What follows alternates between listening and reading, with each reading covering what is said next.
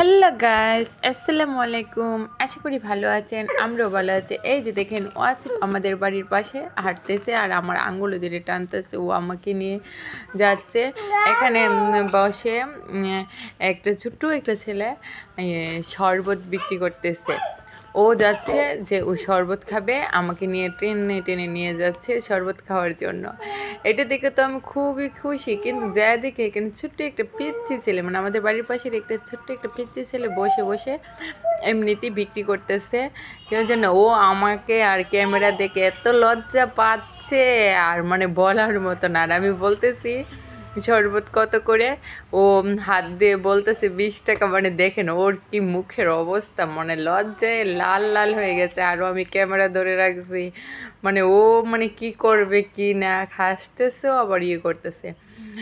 যাই হোক, শরবতের অবস্থা দেখলাম। তবে ছোট একটা ছেলে, তাও আবার আমার ছোট্ট ছেলে গেছে শরবত খাওয়াতে। কিন্তু এটা তো সত্যি সত্যি এই শরবত তো কিছুতেই আমি আমার ছেলেকে খাওয়াবো না। কিন্তু দেখালে কী হবে, মানে ও যে বেরিয়ে খেলাধুলা করে আর দেখে মানে প্রায় অনেকেই শরবত খাচ্ছে, মানে সেটা দেখেই ও মানে একদম হয়ে যায় যে শরবত খাওয়ার জন্য। কিন্তু এগুলো না দেখে আমি নিয়ে গেছি এই যে মিষ্টি একটা হাঁস দেখার জন্য।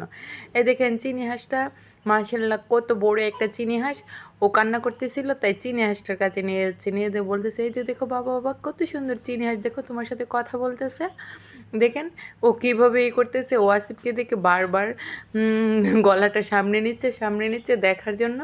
তাই বা যাই করা, তারপর ওয়াসিফকে কাজে নিয়ে আসলাম। দেখছেন, বললাম না, ওয়াসিফকে দেখে গলাটা সামনে নিচ্ছে আর ওয়াসিফ আঙ্গুল দিয়ে বলে দিচ্ছে, ওইদিকে যাও ওইদিকে যাও ওইদিকে যাও। ও ওগুলা বলতেছে ওইদিকে যাও ওইদিকে যাও। তার কি আর বলা, কিছু আর করার নাই।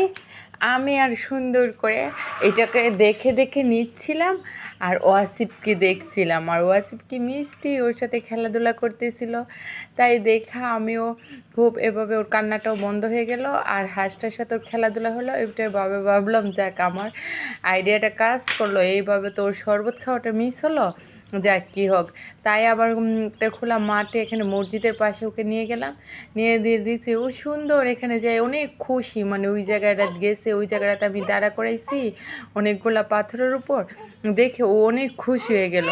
যাই হোক, তাও তো ওর শরবতের নেশাটা কাটানো গেছে, যে একটা খেলার নেশার মধ্যে গিয়েছে, যা খেলার নেশার মধ্যে যায় ও, ওর তেমন একটা না, ও যে দুষ্টুমি শুরু করছে, ওই দিকে যাচ্ছে ওই দিকে যাচ্ছে, কি আর করে। তারপর আবার দেখে একটু রাগও করেছে। আচ্ছা যাক, রাগ করে কার যাই করো, ওর তো শরবতের নেশাটা কাটা গেল। এইভাবে দেখেন আমি আমার ছেলেকে মানে যত জিনিস আছে সব থেকে দূরে রাখি।